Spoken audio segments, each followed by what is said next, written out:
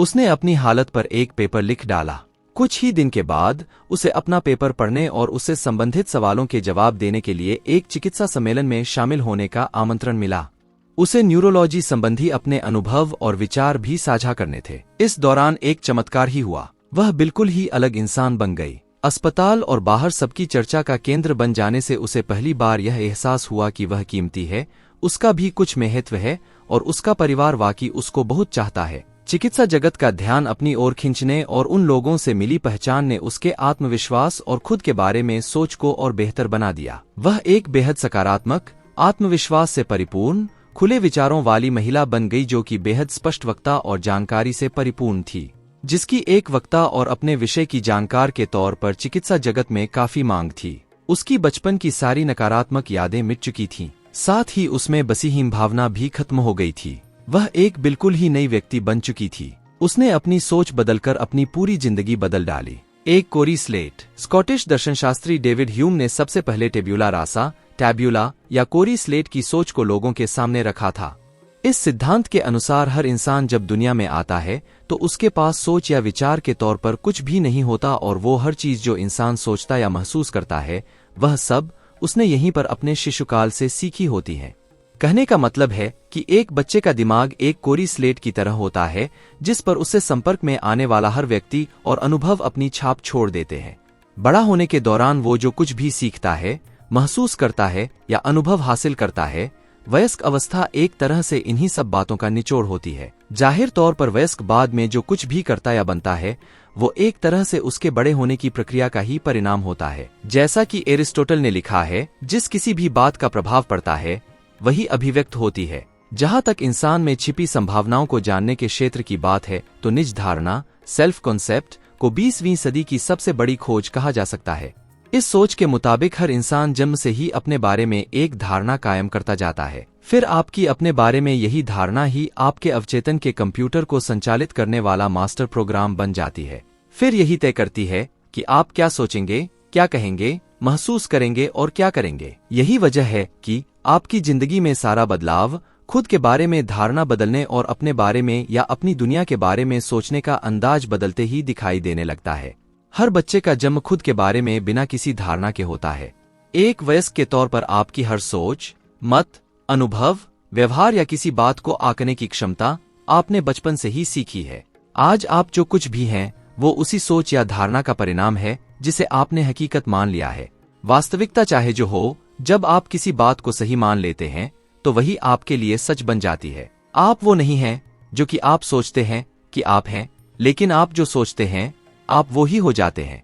पहले प्रभाव स्थायी होते हैं। अगर आपको ऐसे माता पिता मिले जिन्होंने आपको लगातार यह बताया कि आप कितने अच्छे हैं, जो आपसे प्यार करते थे, आपका समर्थन करते थे और आप में यकीन करते थे, आपने चाहे जो किया या न किया हो, ऐसे में आप इस विश्वास के साथ बड़े होंगे कि आप एक अच्छे और मूल्यवान व्यक्ति हैं।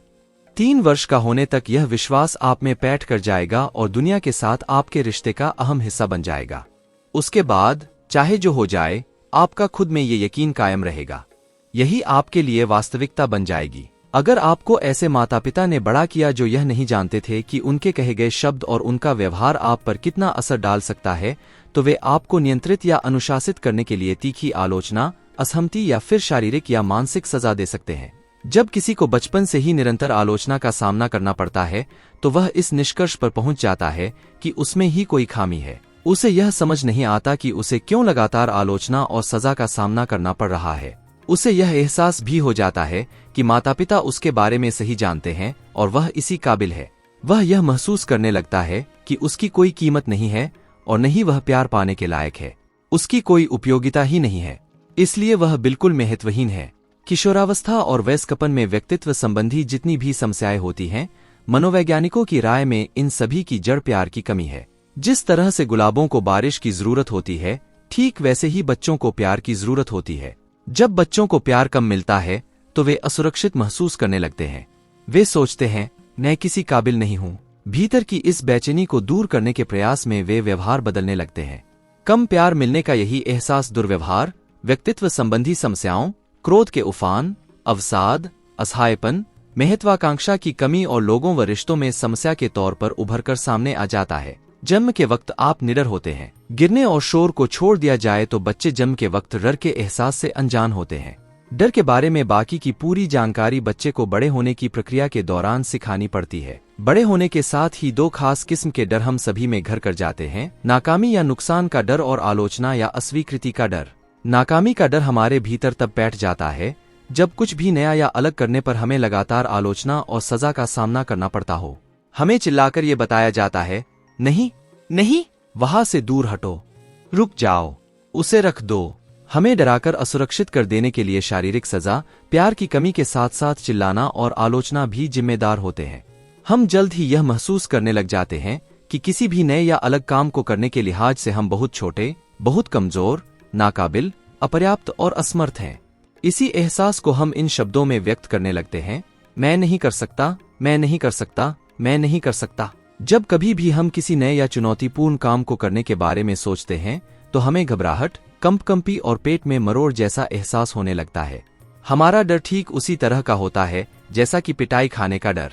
हम बार बार बस यही कहते हैं, मैं नहीं कर सकता। किशोरावस्था में नाकामी की मुख्य वजह नाकामी का डर ही होता है। बचपन में तीखी आलोचना के परिणाम स्वरूप हम बड़े होने पर भी प्रयासों में अपनी पूरी ताकत नहीं झोंकते। हम हर बात में खुद को वास्तविकता से कम ही आंकते हैं। पहले प्रयास से पूर्व ही हम प्रयास छोड़ देते हैं। किसी चीज को पाने के लिए विलक्षण दिमाग के इस्तेमाल की बजाय हम अपनी तर्कशक्ति को यह साबित करने पर खर्च करने लगते हैं कि हम ऐसा क्यों नहीं कर सकते और हम जो चाहते हैं वो हमारे लिए क्यों असंभव है। प्यार पाने की जरूरत, हमारी तरक्की की राह का रोड़ा, हमारे आत्मविश्वास को डिगाने वाला और हमारे सुखी जीवन की इच्छा को खत्म कर देने वाला दूसरा डर है नकार दिए जाने का डर।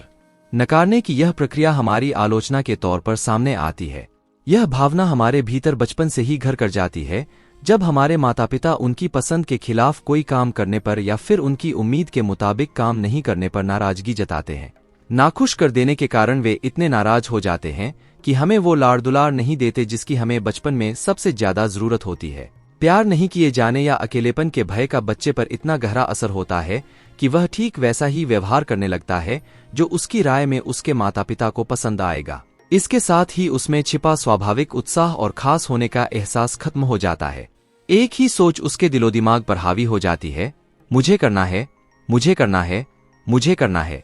निष्कर्ष निकलता है, मुझे वही करना है जो मम्मी पापा को मंजूर हो, वरना वो मुझे प्यार नहीं करेंगे और मैं बिल्कुल अकेला पड़ जाऊंगा। सशर्त प्यार।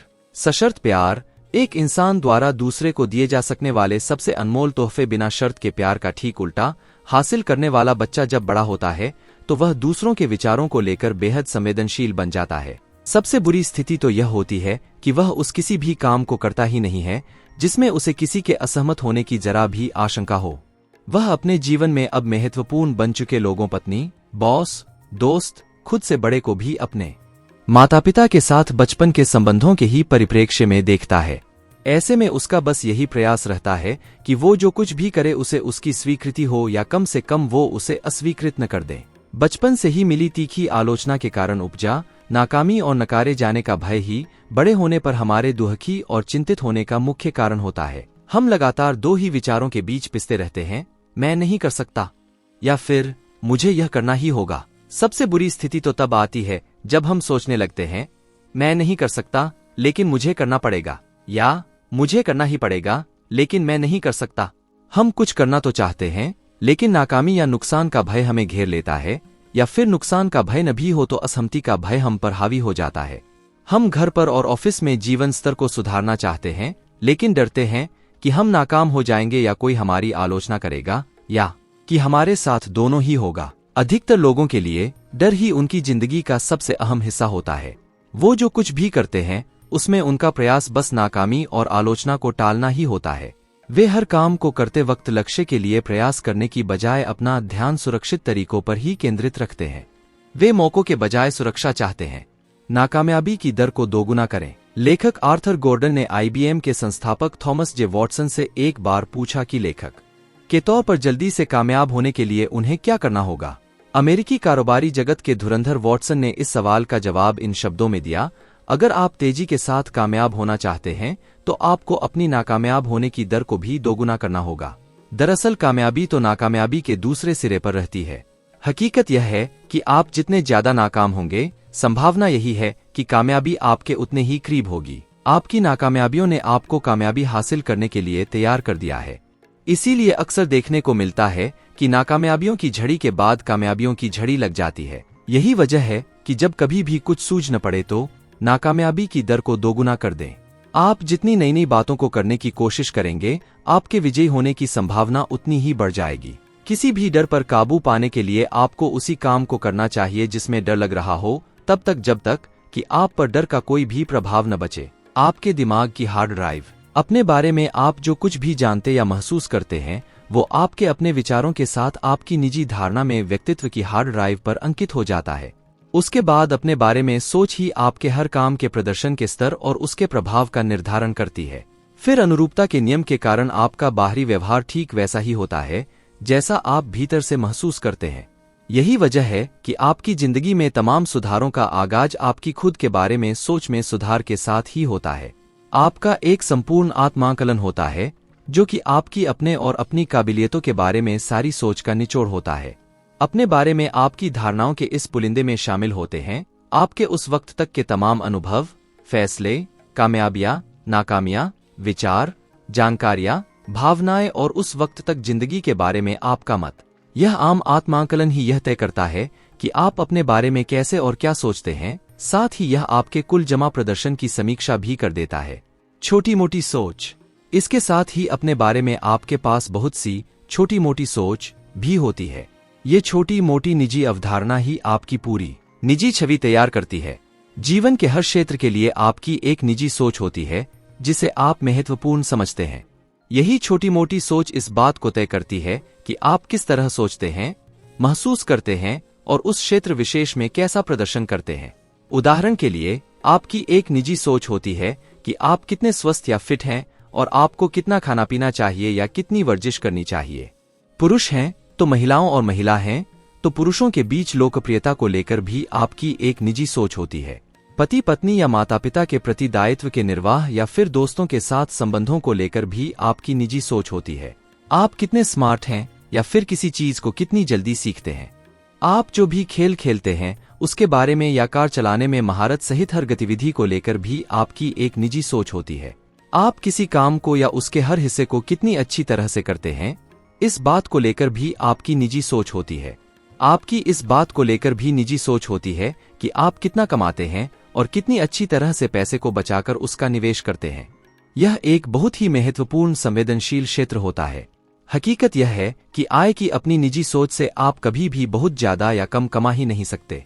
अगर आप ज्यादा कमाना ही चाहते हैं तो आपको अपनी आय और कमाने के बारे में निजी सोच को बदलना ही होगा। यह इस किताब का एक महत्वपूर्ण सबक होगा।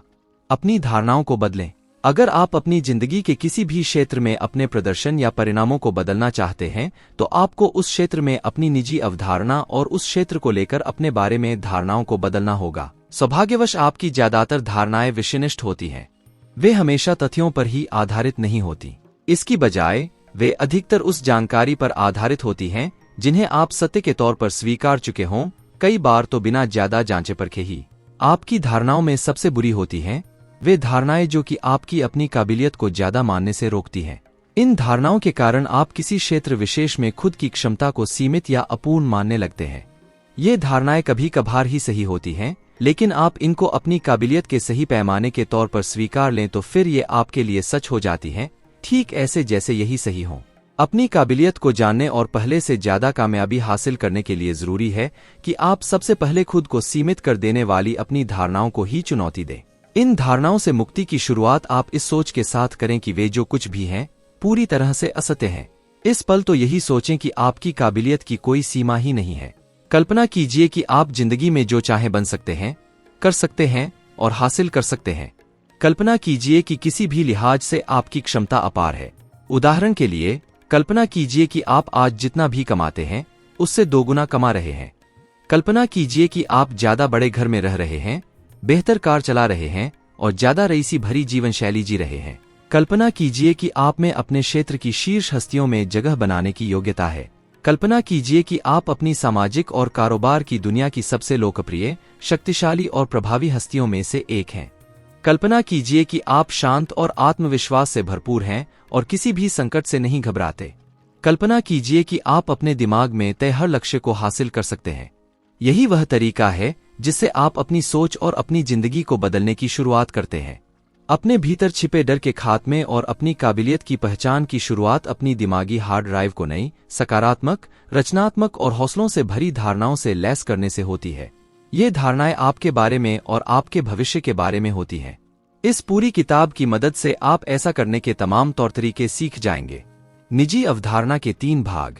खुद के बारे में आपकी निजी अवधारणा के 3 भाग होते हैं, जैसे कि पेस्ट्री के टुकड़े के 3 हिस्से। हर एक का हर एक से नाता होता है। तीनों मिलकर आपका व्यक्तित्व बनाते हैं। ये ही मुख्य तौर पर यह तय करते हैं कि आप क्या सोचते हैं, क्या महसूस करते हैं, क्या करते हैं और आपके साथ क्या होता है। आपके व्यक्तित्व और सोच का पहला भाग होता है आपके द्वारा अपने लिए तय आदर्श निजी व्यक्तित्व। यह आपके तमाम सपनों, उम्मीदों, नजरिए और आदर्श का निचोड़ होता है। यह उन सद्गुणों, मूल्यों और गुणों से बना होता है जिन्हें आप अपने में और दूसरों में बेहद पसंद करते हैं। आपका आदर्श पुरुष ठीक वैसा ही होता है जैसा कि आप खुद बनना चाहते हैं। अगर आप हर तरह से आदर्श बन सकें तो यही आदर्श मापदंड आपके व्यवहार की नींव बनते हैं। महान पुरुष और महिलाएं, नेता और चरित्रवान लोगों के मन में अपने जीवन मूल्यों, दृष्टिकोण और आदर्शों को लेकर कोई असमंजस नहीं होता। वे जानते हैं कि वे कौन हैं और उनका किस बात में यकीन है। वे अपने लिए ऊंचे मापदंड तय करते हैं और इस बारे में कभी भी समझौता नहीं करते। वे ऐसे पुरुष या महिला होते हैं जिनसे लोग प्रेरणा लेते हैं और जिन पर निर्भर होते हैं।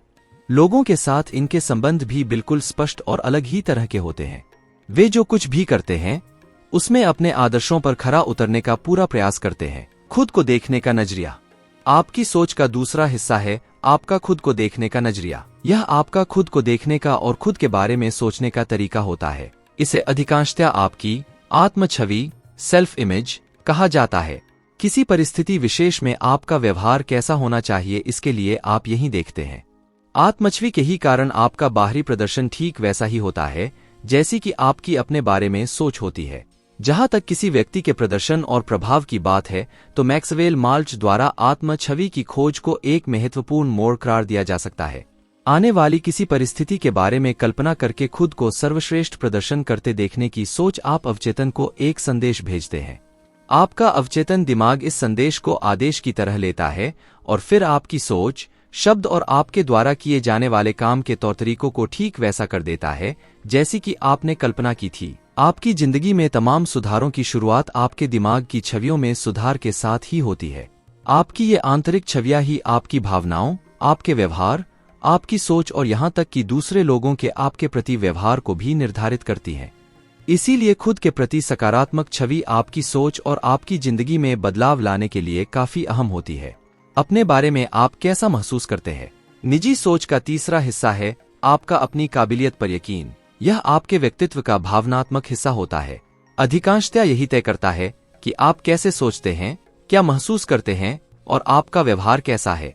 आपकी खुद की काबिलियत के बारे में सोच ही तय करती है कि आपके साथ जिंदगी में क्या होगा। आपके इस हिस्से को बयान करने के लिए सबसे बेहतरीन शब्द हैं कि आप खुद को कितना पसंद करते हैं। आप खुद को जितना ज्यादा पसंद करेंगे, किसी भी काम में आपका प्रदर्शन उतना ही बेहतर होगा। और अगर प्रतिवर्तन के नियम, लॉ ऑफ रिवर्सिबिलिटी को माने तो आप जितना बेहतर प्रदर्शन करेंगे, खुद को उतना ही ज्यादा पसंद करेंगे। आपका अपने प्रति सम्मान का भाव आपके व्यक्तित्व का प्रमुख हिस्सा है। यही वह ऊर्जा केंद्र है जो आपके आत्मविश्वास और उत्साह का स्तर तय करता है। खुद को आप जितना ज्यादा पसंद करेंगे, आप खुद के लिए उतने ही ज्यादा ऊंचे मापदंड रखेंगे। खुद को आप जितना ज्यादा पसंद करेंगे, खुद के लिए उतने ही बड़े लक्ष्य निर्धारित करेंगे और उन्हें हासिल करने के लिए ज्यादा देर तक प्रयास कर सकेंगे। खुद के बारे में ऊंची सोच रखने वालों को रोक पाना नामुमकिन होता है। आपका अपने बारे में आंकलन ही आपके अन्य लोगों के साथ रिश्तों का निर्धारण करता है। आप खुद को जितना ज्यादा पसंद करेंगे या फिर खुद का आदर करेंगे, आपकी दूसरे लोगों के लिए पसंदगी और आदर में उतना ही इजाफा होगा। दूसरे लोगों की भी आपके बारे में सोच में सुधार देखने को मिलेगा। आपके कारोबार और कैरियर में भी आपका खुद के बारे में आंकलन ही तय करेगा कि लोग आपसे कारोबारी ताल्लुक रखते हैं या नहीं, आपकी सेवाएं लेते हैं या नहीं, आपके साथ अनुबंध करते हैं या नहीं और यहाँ तक कि आपको पैसे उधार देते हैं या नहीं। आपका खुद के बारे में आंकलन जितना बेहतर होगा, आप उतने ही बेहतर पति या पेरेंट साबित होंगे। खुद के बारे में ऊंची सोच रखने वाले माता पिता के बच्चों की भी खुद के बारे में सोच ऊंची ही होती है। खुद के बारे में ऊंची सोच वाले घर को उसमें रहने वाले हर एक के लिए मौजूद प्यार, हंसी और खुशी से ही पहचाना जा सकता है। खुद के प्रति सम्मान का निर्धारक।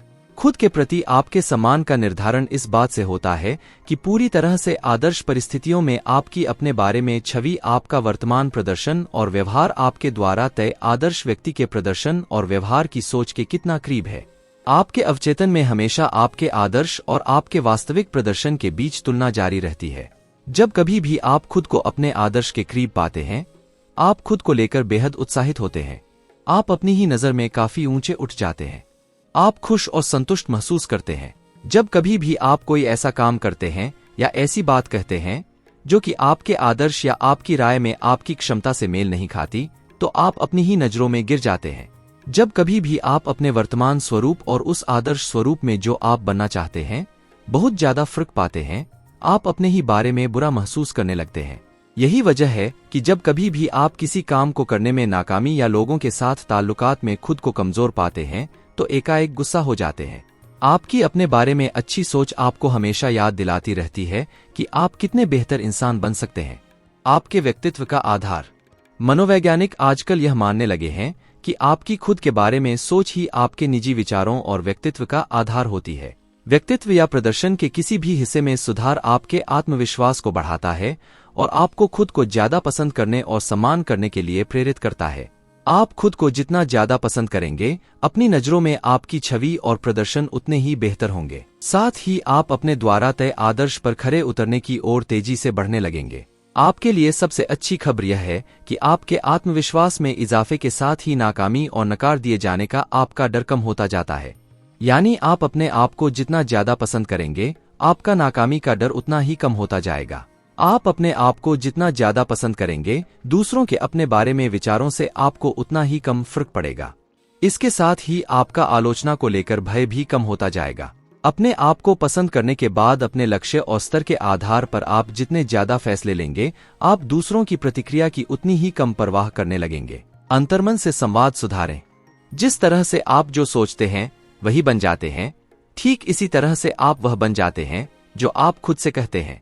अगर आप आने वाली किसी घटना को लेकर बेहद तनाव में हैं या असहज महसूस कर रहे हैं, तो खुद के लिए आप यह सबसे शक्तिशाली शब्द कह सकते हैं, मैं खुद को चाहता हूं, मैं खुद को चाहता हूं, मैं खुद को चाहता हूं।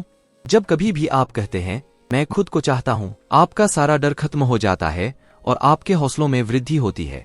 ये शब्द मैं खुद को चाहता हूं इतने ज्यादा शक्तिशाली और सकारात्मक हैं कि आपका अवचेतन उसे तत्काल किसी आदेश की ही तरह सहजता के साथ स्वीकार लेता है। ये आपकी सोच, एहसास और व्यवहार पर त्वरित प्रभाव डालते हैं। आपके शरीर की हरकत में सकारात्मकता झलकने लगती है और आप सीधे सीना तान कर खड़े हो जाते हैं। आपके चेहरे से सकारात्मकता और उत्साह छलकने लगता है। आपकी आवाज में दम आ जाता है और उससे आत्मविश्वास भी छलकने लगता है। आप खुद के बारे में बेहतर महसूस करने लगते हैं और परिणाम स्वरूप आप अपने इर्द गिर्द मौजूद लोगों से ज्यादा गर्मजोशी भरा दोस्ताना व्यवहार करते हैं। आप जिस वक्त अपनी सोच के आधार पर काम करने लगते हैं, तो अपनी सोच और अपनी जिंदगी को बदलने की प्रक्रिया का आगाज करते हैं। शुरुआत आप अपने लिए एक सुस्पष्ट, सकारात्मक, उत्साही और प्रेरणा देने वाला आदर्श चुनकर करते हैं। यह उस व्यक्ति से पूरी तरह से मेल खाता है जो कि आपकी राय में वह आदर्श है जो आप बनना चाहते हैं। आप खुद को हर काम में बेहतरीन प्रदर्शन करने वाला सोचकर अपने बारे में सकारात्मक छवि बना लेते हैं। अंततः आप बिना किसी शर्त खुद को एक उपयोगी और काम के व्यक्ति के तौर पर चाहने लगते हैं और स्वीकार लेते हैं। इससे आपकी अपने बारे में एक बहुत ही अच्छी और अप्रभावित होने वाली सोच बन जाती है। अपने मूल गुणों को पहचानें। आपके जीवन की घटनाओं और लोगों के प्रति आपकी सोच और प्रतिक्रियाओं में से अधिकांश का निर्धारण तो आपके मूलभूत गुण ही करते हैं। ये तमाम विचार, धारणाएं, मत और निष्कर्ष आपको बचपन से ही मिल रही जानकारियों और नतीजों का ही निचोड़ होते हैं। वे न केवल आपकी निजी सोच बल्कि जिंदगी का फलसफा भी तय कर देते हैं। अपने मूलभूत गुणों से आप जितने आश्वस्त और सहमत होंगे, आप जो कुछ भी कहेंगे, करेंगे, महसूस करेंगे, उसके निर्धारण और नियंत्रण पर उनका उतना ही ज्यादा दखल होगा। अगर आप खुद को एक बेहतरीन इंसान समझते हैं जिसमें ढेर सारी प्रतिभा और काबिलियत है, ऐसा शख्स जो लोकप्रिय, मित्रवत, स्वस्थ, ऊर्जावान, उत्सुक, रचनात्मक और बेहतरीन जिंदगी का हकदार है, तो आपके मूलभूत गुण ही आपको तय लक्ष्य की ओर ले जाएंगे। ये आपकी मेहनत करने, खुद का विकास करने, दूसरों से बेहतर व्यवहार और दिक्कतों में संघर्ष करके अंततः कामयाब होने में मदद करेंगे। उसके बाद काफी लंबे वक्त तक यह आपका साथ देंगे। जिंदगी में आपके साथ क्या हुआ यह महत्वपूर्ण नहीं है, केवल यह बात मायने रखती है कि जो कुछ भी हुआ उस पर आपकी प्रतिक्रिया क्या थी। उसमें इस बात से भी कोई फर्क नहीं पड़ता कि आप किस पृष्ठभूमि से आए हैं। फर्क केवल इस बात से पड़ता है कि आप कहाँ जा रहे हैं, और आप कहाँ जा रहे हैं यह तो केवल आपकी कल्पना की उड़ान पर ही निर्भर करता है। कल्पना की उड़ान की चूंकि कोई सीमा नहीं है, इसलिए आपके भविष्य की भी कोई सीमा नहीं है। यही वे मूलभूत गुण और धारणाएं हैं जिनकी आपको अपनी काबिलियत के पूरे इस्तेमाल के लिए जरूरत है। मिथकों को तोड़ना। दुर्भाग्य से हमारे बड़े होने के साथ ही कई ऐसे मिथक हमारे साथ जुड़ जाते हैं जो कि बाद के जीवन में हमारी कामयाबी, खुशी और संतुष्टि की राह के रोड़े बन जाते हैं। आइए आपकी राह में बाधा बनने वाले इन मिथकों को एक एक करके जानें। पहला और सबसे खराब मिथक इस एहसास में छिपा है, मैं किसी काबिल नहीं। यही वो मिथक है जो आप में हीनता और अभाव की भावना को जन्म देता है। हम दूसरों को केवल इसलिए खुद से बेहतर मान लेते हैं क्योंकि वे वर्तमान में हमसे बेहतर स्थिति में हैं। हम महसूस करते हैं कि वे हमसे ज्यादा काबिल हैं। ऐसे में निश्चित ही हमारी काबिलियत उनसे कम होनी चाहिए। नाकाबिल होने की यही भावना हमारे भीतर गहरे तक बैठ जाती है और इसी वजह से हम खुद को किसी के सामने अच्छी तरह से पेश नहीं कर पाते। नतीजतन हम अपनी काबिलियत से कम में ही संतोष कर लेते हैं। नए लक्ष्यों को हासिल करने में नाकामयाबी तो बाद की बात है, हम पहले नए लक्ष्य ही तय नहीं करते। यही वजह है कि आपको अपने भीतर यह गुण या तो विकसित करना होगा या फिर ऐसा महसूस करना होगा कि आप न केवल अच्छे हैं बल्कि आप में अपने क्षेत्र में कामयाबी हासिल करने के लिए अनिवार्य सारे गुण हैं। कुछ भी करने बनने के लिए आप में अपार संभावनाएं छिपी हैं। आपने अब तक जो भी हासिल किया आप उससे कहीं ज्यादा हासिल कर सकते हैं। जैसा कि विलियम शेक्सपियर ने द टेम्पेस्ट में लिखा है, जो बीत गया वो तो महज प्रस्तावना थी। आपने पहले जो कुछ भी हासिल किया है वो तो इस बात का संकेत मात्र है कि भविष्य में आप और कितना कुछ हासिल कर सकते हैं।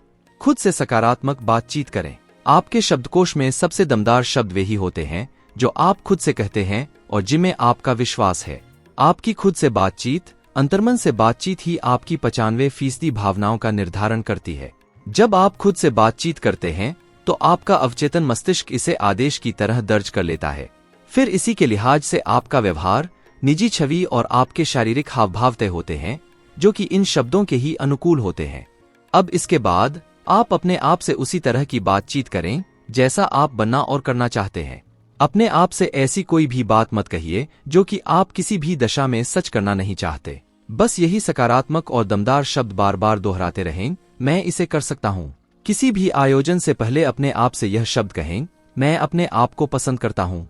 कहिए, मैं सर्वश्रेष्ठ हूँ, मैं सर्वश्रेष्ठ हूँ, मैं सर्वश्रेष्ठ हूँ, बार बार ऐसे जैसे कि आपका इस बात में पूरा यकीन है।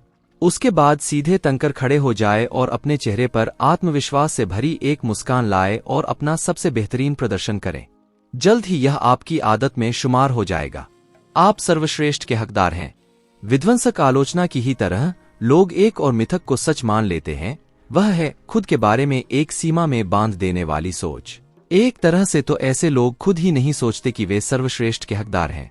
यह अंदरूनी भावना प्रायः उन लोगों में अधिक देखी जाती है जिन्होंने जिंदगी की शुरुआत बहुत छोटे पैमाने पर की हो या फिर वो जो ऐसे परिवारों से हों जिनमें उनके बड़े होने के दौर में आर्थिक तंगी रही हो। यह ऐसे लोगों के साथ भी संभव है जिनको बचपन से ही इस सोच के साथ बड़ा किया गया कि गरीब होना अच्छे चरित्र का संकेत है जबकि अमीर पापी होते हैं। अगर आप किसी भी कारण से खुद को अच्छी चीजों का हकदार नहीं मानते हुए बड़े हुए हैं और अगर आपको अपने क्षेत्र में कामयाबी हासिल हो गई तो संभव है कि आप खुद को धोखेबाज महसूस करने लगे। आप महसूस करेंगे जैसे कि आपने अपने क्षेत्र में जो कामयाबी हासिल की है वह किसी गलत तरीके से हासिल की गई है और आप जल्द ही पकड़ लिए जाएंगे। इस सोच के ही कारण आप चाहे जितने भी कामयाब हो जाए, आपको हमेशा यह डर लगता रहेगा कि यह कामयाबी आपसे जल्द ही छीन ली जाएगी। अगर आप एक धोखेबाज की तरह महसूस करने लगते हैं तो फिर आपको हमेशा ही दूसरों से ज्यादा कामयाबी हासिल करने में ग्लानि का एहसास होगा। ग्लानि के इसी एहसास से बचने के लिए लोग आत्मघाती प्रवृत्ति के हो जाते हैं। वे बहुत ज्यादा खाने लगते हैं, बहुत ज्यादा शराब पीने लगते हैं, अन्य नशों का सहारा लेते हैं, परिवार की उपेक्षा करने लगते हैं, उनका व्यवहार ऊटपटांग हो जाता है और वे अपना पैसा बेवजह की रईसी और बेवकूफाना निवेशों में गंवाने लगते हैं।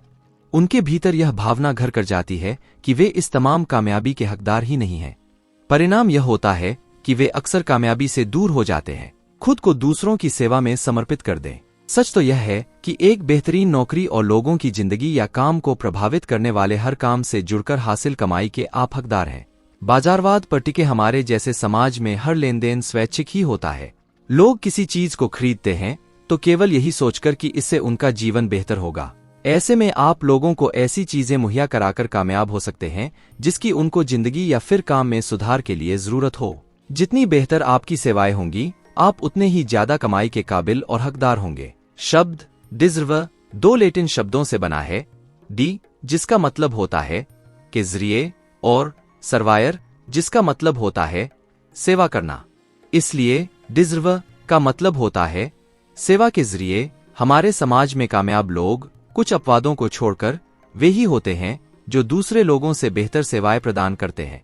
ऐसे में आपका अपने कैरियर में पूरा ध्यान लोगों को बेहतर सेवा प्रदान करने पर ही होना चाहिए, तभी आप कमाई के एक एक पैसे के काबिल होंगे। अब्राहम लिंकन ने एक बार कहा था, गरीबों की सेवा करने का सबसे बेहतर तरीका यही है कि आप भी उनमें से एक न बन जाए। हमारे समाज में जितने ज्यादा आप कामयाब होंगे, आपको उतना ही ज्यादा कर चुकाना पड़ता है। यही कर स्कूलों, अस्पतालों, सड़कों, जनकल्याण, मेडिकेयर, सेना के खर्चों के अलावा हमारे समाज के हर महत्वपूर्ण काम में मदद करता है। इसलिए आपको तो धनी होने पर गर्व होना चाहिए। अच्छी कमाई के कारण आप कई लोगों के लिए उल्लेखनीय योगदान देते हैं। आप अपने लिए अच्छा काम करके दूसरों का भी भला कर देते हैं। इन शब्दों को दोहराए, दूसरे लोगों के जीवन स्तर में सुधार के लिए जरूरी उत्पादों और सेवा के साथ मैं जो कुछ भी कमाता हूँ, मैं उसका हकदार हूँ। मुझे अपनी कामयाबी पर गर्व है। आप एक बेहतरीन इंसान हैं। आप एक बेहतरीन इंसान हैं। आप ईमानदार, सलीकेदार, सच्चे और मेहनती हैं। दूसरे लोगों के साथ आपका व्यवहार विनम्रता, सम्मान और गर्मजोशी से भरा होता है। आप अपने परिवार, दोस्तों और कंपनी के प्रति पूरी तरह से समर्पित हैं। आप में दमखम, आत्मविश्वास और जिम्मेदारी का एहसास है। आप ज्ञानवान, बुद्धिमान और अनुभवी हैं। आप न केवल अपने परिजनों बल्कि पूरे समाज के लिए ही महत्वपूर्ण हैं। आपका जन्म एक खास जिम्मेदारी को अंजाम देने के लिए हुआ है और आपको एक महान काम को पूरा करना है। हर लिहाज से आप एक बेहतरीन व्यक्ति हैं। पिछला पैराग्राफ आपके वास्तविक व्यक्तित्व और चरित्र का चित्रण है। हो सकता है कि कई बार यह आपके लिए 100% सही न बैठता हो, लेकिन कुल मिलाकर यह आपके अंतर्मन की अच्छाई और आपके जीवन की दिशा का ही परिचायक है।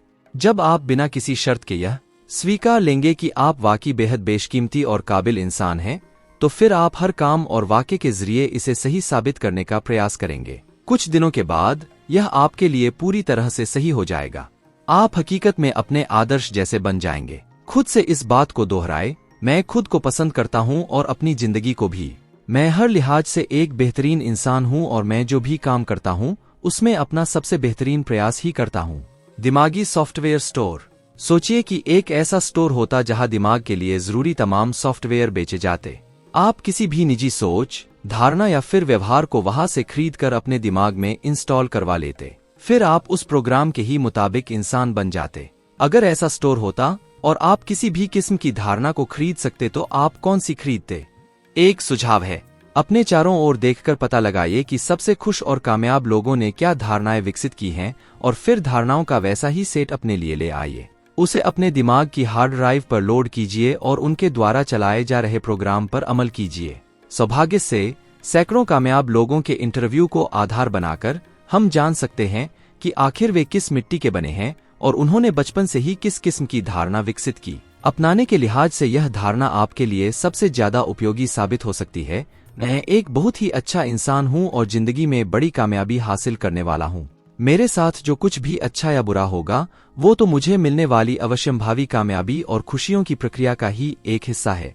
अगर आप इस बात को लेकर आश्वस्त हो जाए कि आपका खुश और कामयाब होना तय है और जो भी बाधाएं या रुकावटें आ रही हैं वो आपको लक्ष्य हासिल करने के लिए जरूरी अनुभव दिलाने के लिए ही आ रही हैं, तो फिर आपको कोई भी नहीं रोक सकता। अधिकांश वक्त आप सकारात्मक और आशावान बने रहेंगे। अपने लिए आप बड़े लक्ष्य रखेंगे और किसी भी अस्थायी हार से जल्द उबर सकेंगे। आखिरकार आपकी धारणाएं ही आपके लिए हकीकत बन जाएंगी। अपनी सोच बदलकर आप अपनी जिंदगी को बदल लेंगे। आने वाले पन्नों में मैं आपके साथ वक्त वक्त पर आजमाए हुए नुस्खों, परीक्षणों और तकनीकों की चर्चा करूंगा, जिनका इस्तेमाल करके आप अपनी सोच के हर हिस्से पर पूरा नियंत्रण बना सकेंगे। मैं आपको बताऊंगा कि सकारात्मक और प्रभावी तरीके से कैसे सोचें कि आप खुद को किसी भी काम को कर लेने के काबिल समझने लगे। आप जान जाएंगे कि अपनी सोच को कैसे बार बार तराशें ताकि आप अंदर से भी वैसे ही हो जाए जैसा आप बनना चाहते हैं और जैसा कि आपका बाहरी व्यवहार होना चाहिए। आप उस तरकीब को जान जाएंगे जिसके बाद आपको रोक पाना मुश्किल होगा। करके देखें। 1. अपने आदर्शों को स्पष्ट तौर पर परिभाषित करें। अगर आप हर लिहाज से एक बेहतरीन इंसान बन जाए तो आप में क्या गुण होंगे? आपका व्यवहार किस तरह का होगा? 2. आप वो ही बन जाए जो कि अधिकांश वक्त आप बनने के बारे में सोचते हैं। अपने जीवन के उन सभी क्षेत्रों को पहचानें जिनका आपकी भावनाओं, व्यवहार और काम पर बहुत ज्यादा असर पड़ता हो। 3. कामकाज का वह कौन सा क्षेत्र है जिसमें आप अपना सबसे बेहतरीन प्रदर्शन करते हैं? उस क्षेत्र में आप खुद को किस तरह से देखते हैं? आप अनेक क्षेत्रों में खुद की स्थिति को किस तरह देखते हैं? 4. आप किस तरह के लोगों के प्रशंसक हैं और उन्हें सम्मान देते हैं? क्यों? अपना व्यवहार बदलकर आप किस तरह से उसे सर्वश्रेष्ठ लोगों की तरह कर सकते हैं? 5. आप खुद को जिंदगी के किन क्षेत्रों में सबसे ज्यादा पसंद करते हैं? किस तरह की गतिविधियां आपको सबसे ज्यादा आत्मसम्मान और गरिमा देती हैं? आप इन बातों को किस तरह से और ज्यादा कर सकते हैं? 6. आप एक बहुत ही अच्छे इंसान हैं। आज के बाद आप खुद को अपने सर्वश्रेष्ठ रूप में ही देखिए और अपने भीतर छिपी संभावनाओं के लिए किसी भी तरह की सीमा को मानने से साफ इनकार कर दीजिए। 7. अपनी निजी सोच को बदलकर लगातार ऐसे सोचिए, बोलिए और काम कीजिए मानो आप पहले ही वैसे इंसान बन गए हों जैसा कि आप चाहते थे। उस जिंदगी का आनंद उठाइए जिसे आप चाहते हैं और जिसके हकदार भी हैं।